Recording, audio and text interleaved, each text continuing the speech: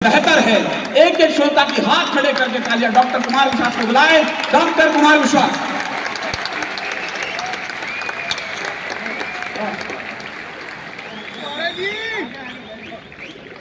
आधे आधे उप मुख्यमंत्रियों,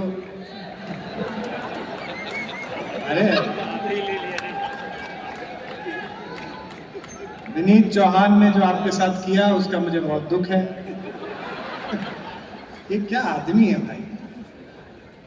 उठो हनुमान, पाकिस्तान पे झंडा, हनुमान गया बिहार जिताने।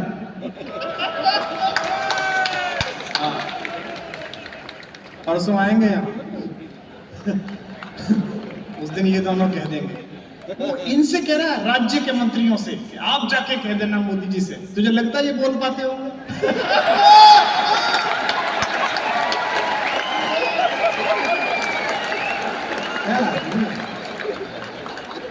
इसका तनाव मत लेना विजय भाई, तनाव ये ऐसी बोल देता है। इसे 36 साल से झेल रहा हूं मैं साथ। ये वो डर गया, वो बेचारा नया मंत्री गुरु, उसका ब्याह होना, उसने प्रोग्राम कैंसिल कर दिया। तू चिंता मत कर, तोरण मारना है, पाकिस्तान का भी और ले लेंगे। तुझे जो लेना पहले वो ले, तो बहुत जल्दी है भाई। हमारा छोटा भाई, इसकी बारात में नाचना है उनको भाई। ये आदमी विजय भाई, ये इतने तनाव में है 36 साल से, 37 साल से, कि जब इसका विवाह हुआ तब पहली रात्रि भी जाके इसने यही कहा, निवेदन करना चाहता हूं। इतना अच्छा कार्यक्रम चल रहा था, प्रेम गीत चल रहे थे, छत्तीसगढ़ी गीत चले, पता नहीं कहां से पाकिस्तान लिया। ये बैठे हैं हरिभूमि वाले, हमसे पूछते हैं 37 साल हो गए हमने एक पंक्ति पड़ोसी मुल्क पर नहीं लिखी। लोगों ने हमसे पूछा आप क्यों नहीं लिखते? मैंने कहा देखिए, हम प्रेम पर लिखते हैं, शाश्वत विषयों पर। प्रेम हजारों वर्ष पहले था, आज है, कल भी रहेगा। पाकिस्तान 1947 से पहले नहीं था, आज है। क्या बात, क्या बात, बहुत बढ़िया। क्या फालतू का इन्वेस्टमेंट है? आज आप कविता लिख लो, कल कविता अप्रासंगिक हो जाए।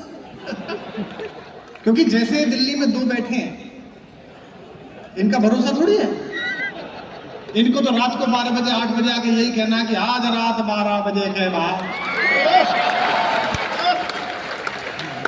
नोएडा की सीमाएं लाहौर तक की जाती है। ऐसे देश पर कविता नहीं लिखनी चाहिए। पड़ोसी है हमारा, ठीक है, इंच इंच, ओ देखो भाई साहब, आवेग देखो, पाकिस्तान में इंच इंच में तिरंगा गाड़ दो, चलेगा कहां? तू थोड़ा लॉजिकल बात कर भाई, इंच इंच पे तिरंगा।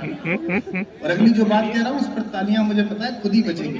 पाकिस्तान ले लो, पाकिस्तान ले लो। भैया कर्जा नहीं लिया जाता, इन्वेस्टमेंट लिया जाता है। क्या बात, बहुत बढ़िया।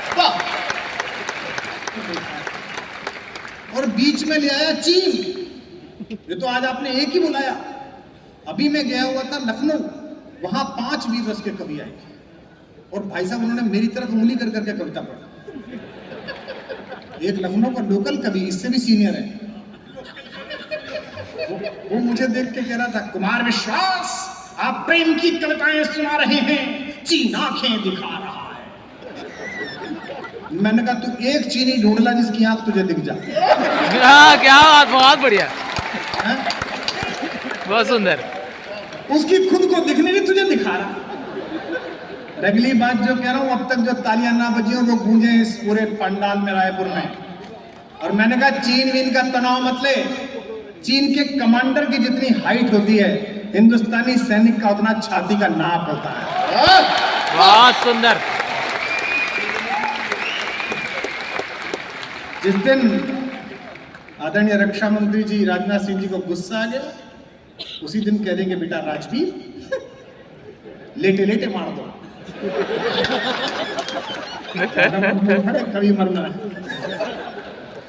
क्या चीन का तनाव लेना, पाकिस्तान का तनाव, ये आप लोगों पर जो इसका बुरा असर पड़ा, मैं इसके लिए क्षमा चाहता हूँ।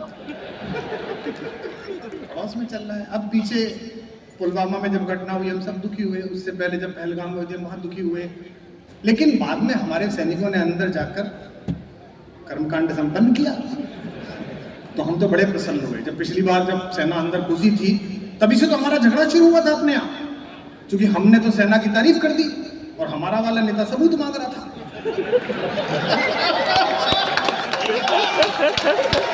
अरे वाह।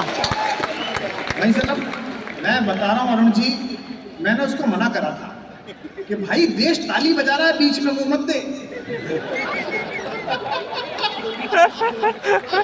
बाद में रोज पूछता था मुझे लोग थप्पड़ क्यों मार रहे हैं। जब पाकिस्तान में अंदर घुस के हमारे सैनिकों ने पराक्रम प्रदर्शन किया तो हम बहुत खुश हुए, हमने ट्वीट कर दिया, कविता लिख दी, नाराजगी हो गई वहां तो जैसा भी था। लेकिन उसके 2 दिन बाद मैंने पाकिस्तान का टीवी देखा तो फिर मैं बहुत हंसा। वहां बड़ी अद्भुत अद्भुत घटनाएं अभी भी हुई है। वहां के रक्षा मंत्री से अभी पिछले दिनों जब हमने उनका ऑपरेशन किया तो प्रेस वालों ने पूछा कि साहब वो मोदी के में अंदर घुस के राफेल मार गए, कितना नुकसान हुआ? तो लाइव वहां के रक्षा मंत्री ने कहा कि अभी हम नुकसान का आकलन नहीं कर सकते, वहां लाइट नहीं थी।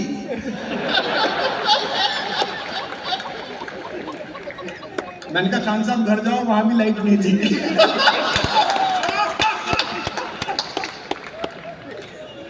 गजब लोग हैं यार, गजब लोग हैं। वहां की पार्लियामेंट में सवाल जवाब हो रहा है।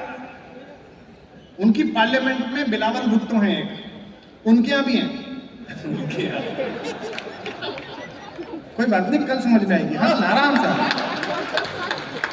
अभी छठा हुआ है, 7वां भी होगा, उसमें हंस लेना।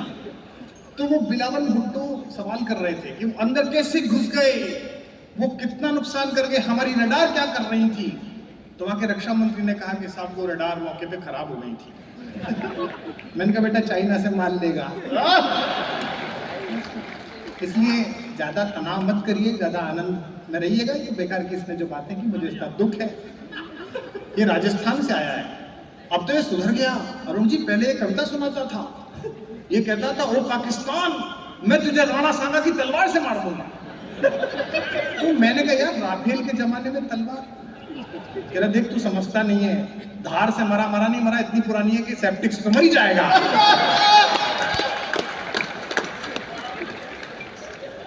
कश्मीर लेने की इसे इतनी जल्दी है बचा हुआ कि अभी मैंने पिछले साल जाड़े में फोन किया इससे बात करने के लिए, तो भाभी जी ने फोन उठाया तो वो इससे झगड़ा कर चुकी थी एक दिन। मैंने कहा भाभी जी क्या हो गया? बोली पता नहीं भाई साहब, एक रजाई है हम दोनों की बड़ी वाली, रात को चिल्लाते हैं नहीं दूंगा, पूरी ले लूंगा, पूरा कश्मीर।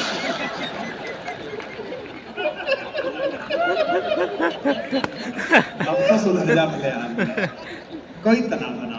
भारत जहां खड़ा है इस 75 वर्ष में, इसी प्रकार एक दूसरे का हाथ पकड़ के रखिए, इसी प्रकार एक दूसरे के साथ चलिए।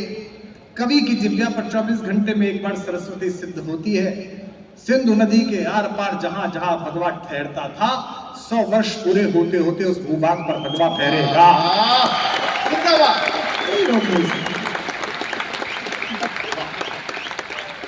वो खुद ही दे जाएंगे, अपने आप ही दे जाएंगे।